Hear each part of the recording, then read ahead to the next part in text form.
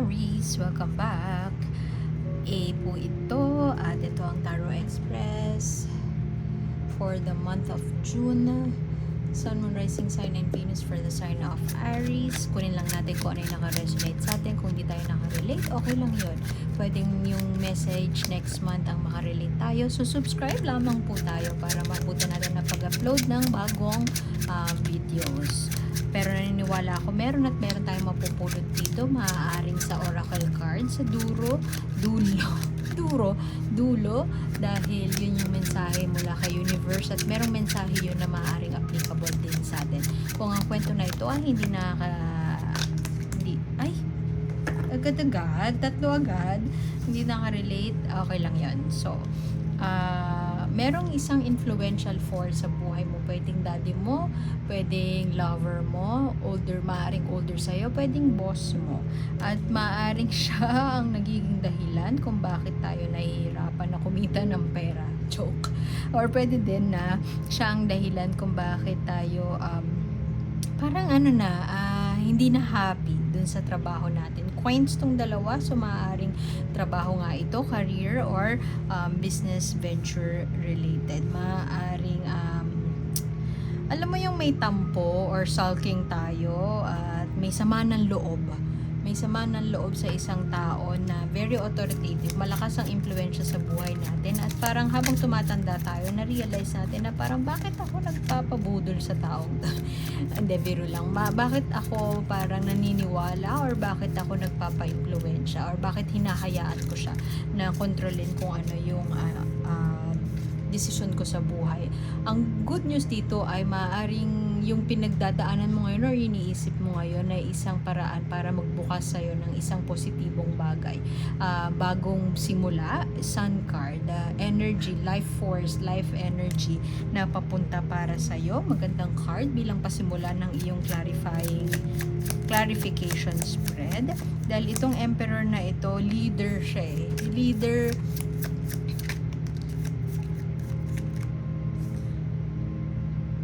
siya na nahihirapan kang leader or yun nga, authoritative figure sa buhay mo. Malakas yung impluensya niya sa'yo. So, nahihirapan kang magsimula ng bago or magsimula ng isang bagay na gusto mo nang simulan noon.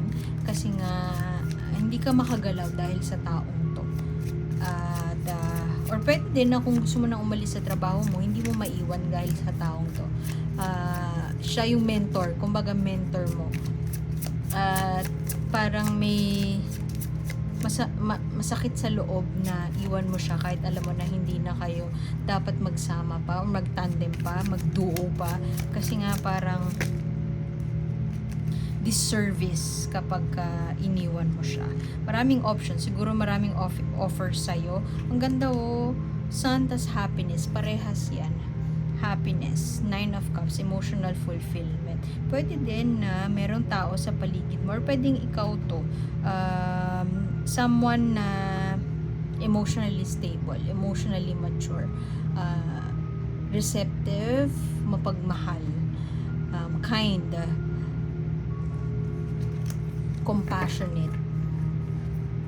Pwedeng sa NGO nagtatrabaho. Sorry, NGO yung pumasok sa isip ko.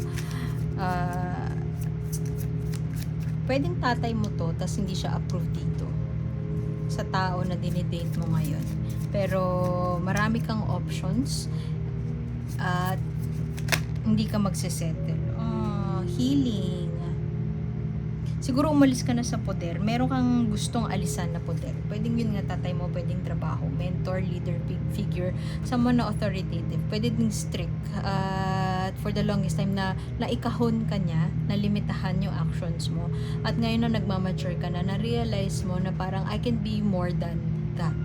Kaya ko na kumawala sa isang sitwasyon na hindi na nakabubuti para sa akin. Matanda na ako, marami akong options, pwede din marami nagpapakita ng interest sa'yo at gusto mong i-explore yun. Gusto mo ng bago naman, gusto mong iwan na kung ano yung nakaraan na or iwan na kung ano yung sitwasyon na hindi na nakakapagpaligaya sa'yo. Overall, gusto mo na ng emotional fulfillment. At nakita mo yun sa taong ito. Emotionally stable, emotionally mature. Hindi siya toxic na tao. Gusto mo nang, kung meron toxic sa environment mo, gusto mo nang layuan yun. May healing, may paninimula ng bago. Being calm and collected. Alam ko na everything will be alright. Ganun, dun ka nang gagaling. Very watery. Very emotional si Aries ngayon. And pag sinabing emotional, doesn't necessarily mean naman na negative, na iyak lang tayo dyan. Emotional meaning in touch ka sa emotions mo as you deal with this, yung 8 of coins at page of coins in reverse, na maaring ayoko na dito, hindi na ako bagay dito, hindi na ako, kailangan ko na umalis sa poder at kailangan ko na magsimula ng bago.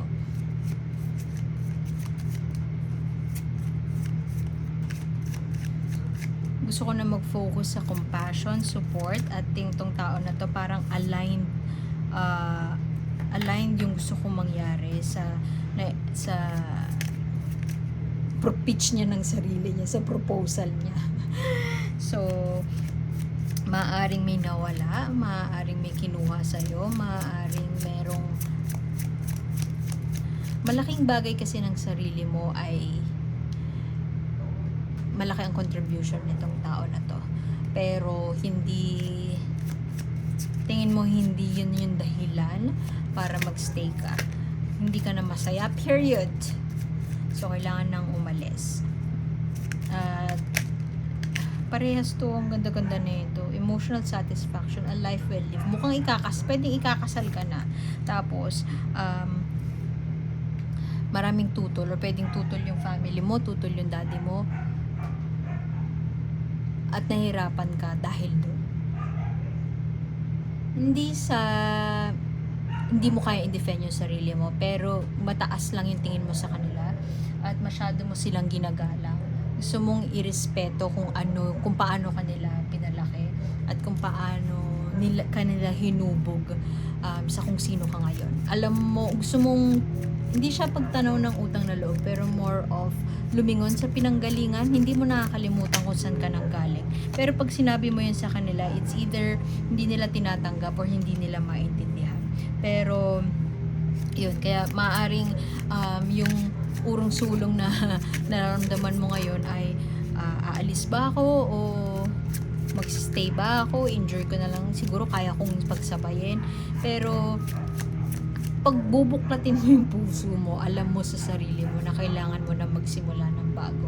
Kailangan mo nang harapin to. Yung iba, pag natatanggap tong card na to, world card to reverse. So, ayaw ng pagbabago, ayaw hindi open doon sa bagong kabanata na gustong ibigay ni universe sa kanila. Ikaw, very open ka. Ayaw mo lang makasakit. Yun.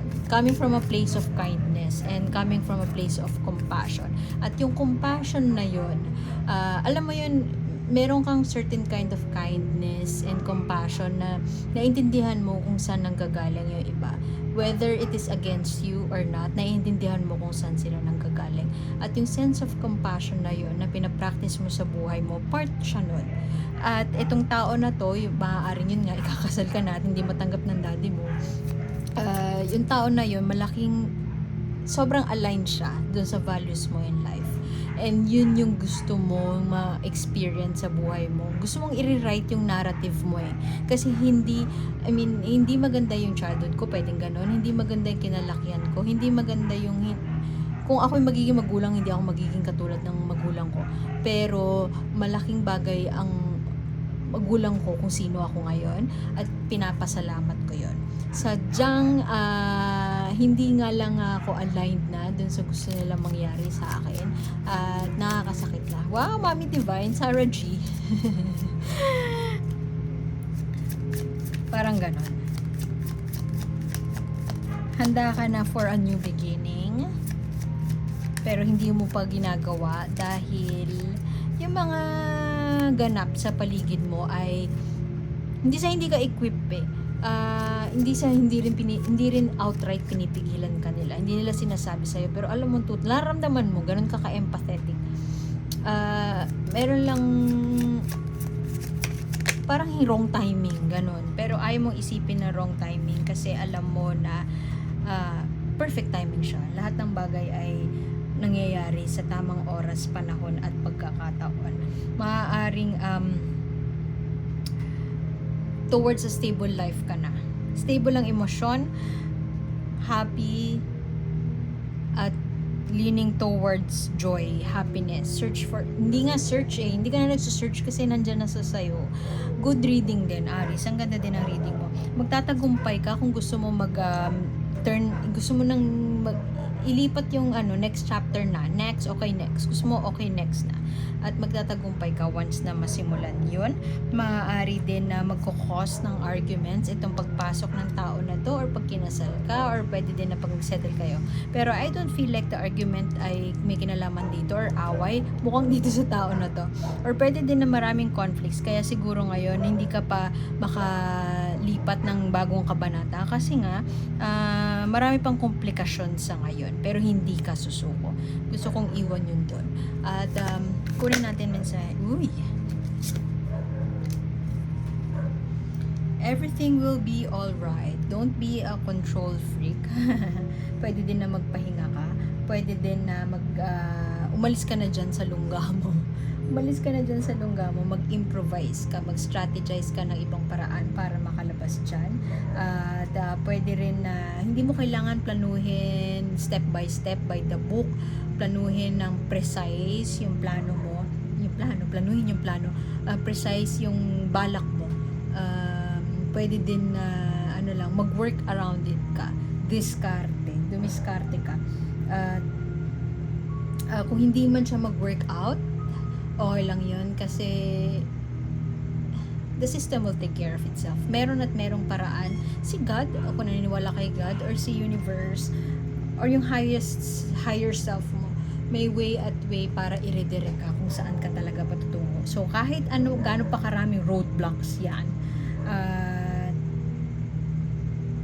setbacks, dadalhin ka sa kung saan ka nararapat, kung saan mo deserve. So, wag ka na maghintay na maging perfect ang lahat, like yan. Ang ganda na niya, parang sa Squid Games. Perfect na siya, pwede ka nang umalis. Huwag mong hintayin na maging perfect ang lahat bago ka kumilos. Huwag mong hintayin na, siguro yung mga arguments, naghihintay ka na maging okay siya. You can never be ready. The right time is always now. Hindi mo kailangan maging ganto muna bago, like maging mayaman muna para magpakasal. Hindi mo kailangan maging mayaman muna para magtayo ng business. The right time is now, and okay na ang lahat. Pwede mo na silang iwan. Pwede ka nang bumaba dyan. Baba ka na, Pwede ka nang bumaba dyan kasi okay na. Nagawa mo na yung part mo, nagawa mo na yung assignment mo, at ready ka na sa quiz.